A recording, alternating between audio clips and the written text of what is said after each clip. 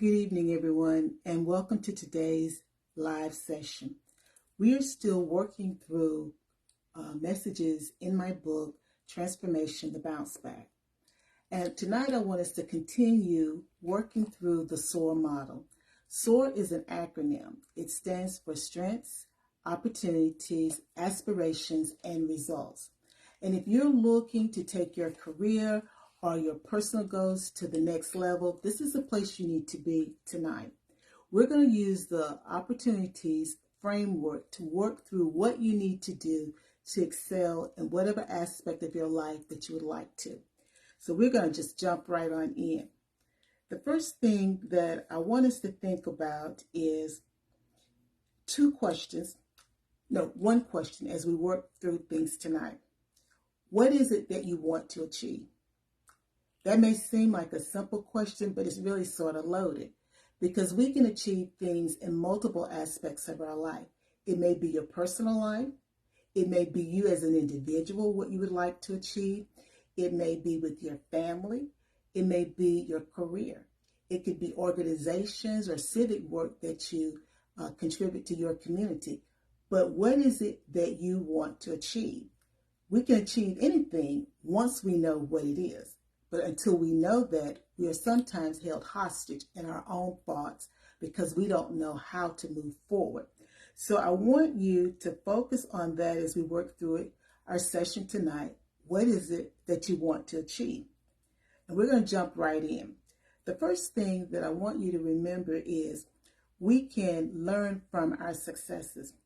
Reflect on your past victories. What worked well? What didn't work well? What lessons can you draw from those experiences to help guide you towards the next step or the next opportunity? Your past achievements hold invaluable insights and can guide your future endeavors.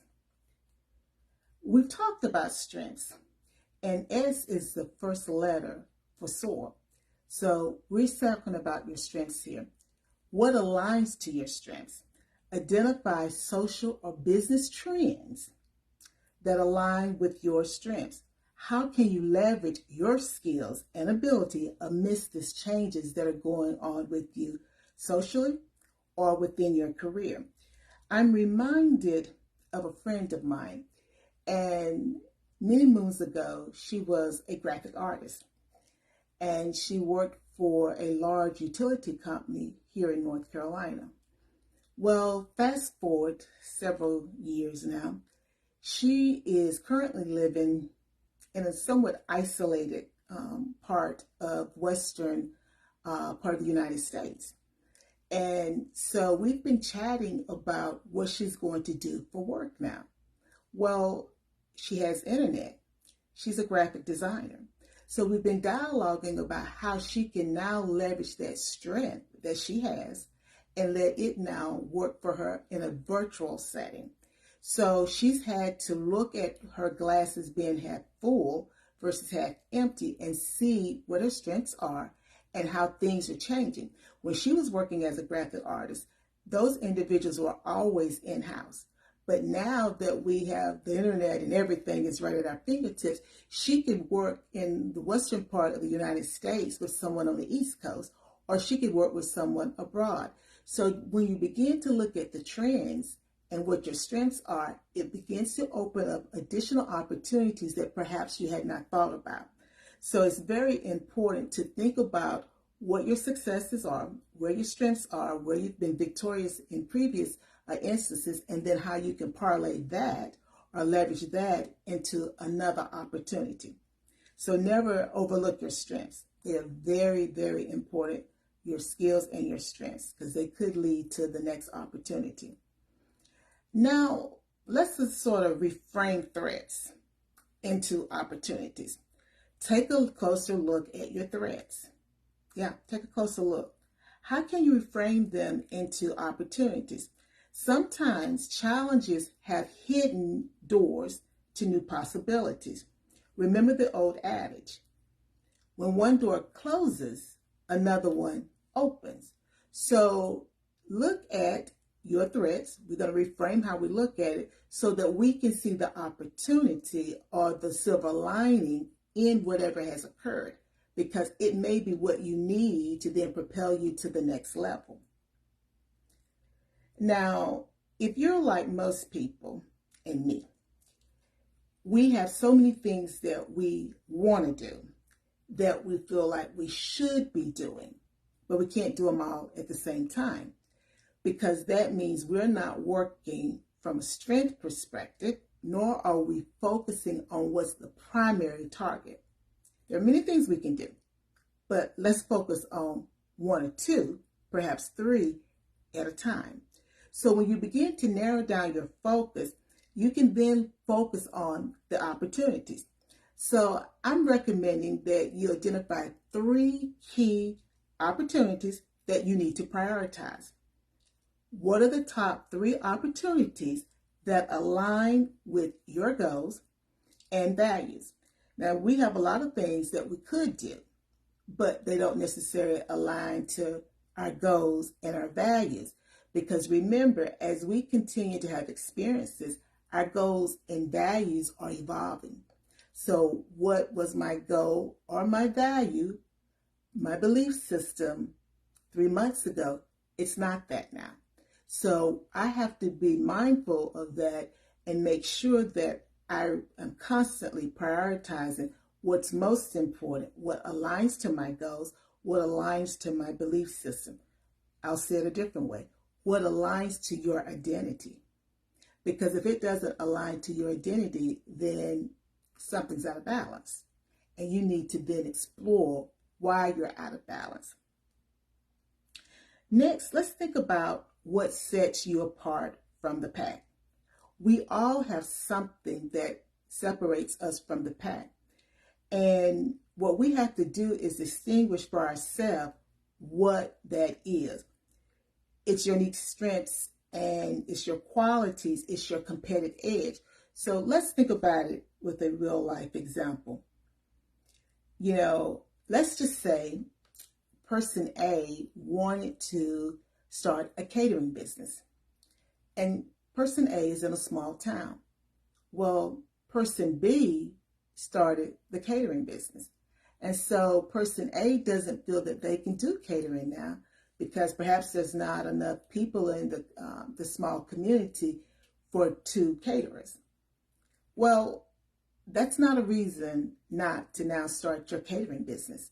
Just because someone else has a catering business, it doesn't mean that your catering business is not going to be successful, because that person is going to operate from their lane and you're going to operate from your lane. There are 2 different lanes. Even if you're preparing the same food, person A, you're going to prepare it one way, and person B is going to prepare it a different way. So never let the fact that someone else has already done something that you are getting ready to do then deter you from doing that. Because again, you are you. You are a unique individual, and that is what separates you from the pack. That's your strength. That's an opportunity that you're different from everyone else. So never forget that. Now we have to consider our network. Who do you need to involve? Who do you need to collaborate with to capitalize on these opportunities? We can go far by ourselves, but we can go even farther if we've surrounded ourselves with the right individuals. That reminds me of a mentor that I had, and he said to me that he was not the smartest man, but he learned to surround himself with smart people. And I've never forgotten that, because one person doesn't have all the answers. You need that. If I was talking academic language, we talk about that discourse where everybody is brainstorming and bringing their ideas to the table. You need that, because you then helps you determine who you need to take with you and who do you need to collaborate with at that moment in time. Because that changes as you go further into your goal setting and actually implementing your plan. So remember, you've got to consider who you want to be in your network, because that's the strength also. Now, this is a hard one. Sometimes we have to see overlook needs as opportunities. Yeah, because when it's overlooked, we just get flustered sometimes. But we need to look deeper. Are there any unmet needs? Let's be real. Are there any unmet needs or overlooked areas that could potentially bring an opportunity? I already talked about the person who is in an isolated part of the United States, in western part of the United States, and their unmet need is they're not able to find a job. But does that then open up an opportunity? Absolutely, because they have the internet. So that opens the door for so many things. They're an expert in customer service. So again, that opens the door to a wide range of things that this individual could look at branching off in to meet an unmet need, which is for them, they need to work, but there are no jobs around in this isolated area. So these unmet needs sometimes can bring the most significant opportunities, things that you wouldn't have even thought about. You think about how inventions are done. Someone sees a need and then they create it. I think about, and I don't know what you call this thing, but I can remember when I was growing up, my uncle was a very inventive individual. The bicycle that he had when he passed, instead of pedaling like this, and he died in 1979, instead of pedaling like this, he was pedaling like this as he rode his bicycle. So now think about what I'm doing. If I'm in the gym right now, thank you for joining me, Sarah Barbie. If I was in the gym and I was on a stationary bike, I may be doing like this, but my legs or my feet are pedaling at this type of motion. And he had created that when I was a little girl. There were other things that he did that my mom talked about, and now I see it. He had taken some sort of, I'm going to say rubber, because that's what it's made. I think it's made of now. You're trying to open a jar, and now we have, I'm going to call them like a little rubber pad. I don't know what they're really called. And you can use that to grip the jar lid, and you can open the jar. Well, my uncle had done this before I was ever born. And I'm a good age. And so he did that many moons ago. But think about it. That was an unmet need, and he met the need for opening those jars. Now think about if we were to think now in that manner. What is the unmet need that I have solved? I think about the hacks, because we have hacks now. But hacks are just basically someone had a need, and this is how they resolved the need. So again, make sure you start delving deeper into your unmet needs, because it could be the clue to your next opportunity that is the one that you've been waiting on. And it only takes one opportunity, one text, one phone call, one email, and everything can change in your life. So never overlook the unmet needs. Now, the next thing is making your vision a reality. You got to plan your path forward. Plan your path forward. What steps are necessary to turn your vision into a reality? Once you've determined the steps needed, break your vision into actionable steps to progress toward your goal. So don't look at it as this big, massive thing. Let's break it down into segments, into small steps, and work the small steps. And then you will have eventually met your goal. So plan and figure out or identify the specific actions that are needed to turn your dream into a reality. Now, lastly, you've done all this work and you've figured out your steps and you're visualizing how you're going to make your dream or your goal a reality. Sometimes it's going to require that you acquire new skills. We have to become lifelong learners, but only you know what those skills are that you're going to need as you go about your path towards your goal. So self-improvement is critical. What new skills do you need to learn? What new skills do you need to acquire? Hi, Ricardo. Thank you so much for joining me. Continuous learning is essential for personal and professional growth. Lifelong learning. Now, we can learn in so many ways now because we do have technology and it opens the door for so many things. So whether you're going into a traditional university, whether you are at a community college, whether you're at the YouTube University, or you're a person that basically gathers information via the net or through all other streaming apps or social media. Being a student of information will prove invaluable as you move along your path towards the goals that you're attempting to accomplish. So, I want you to embrace this moment to ponder and strategize the questions. What do you want to achieve? What do you want to achieve? What do you want to achieve?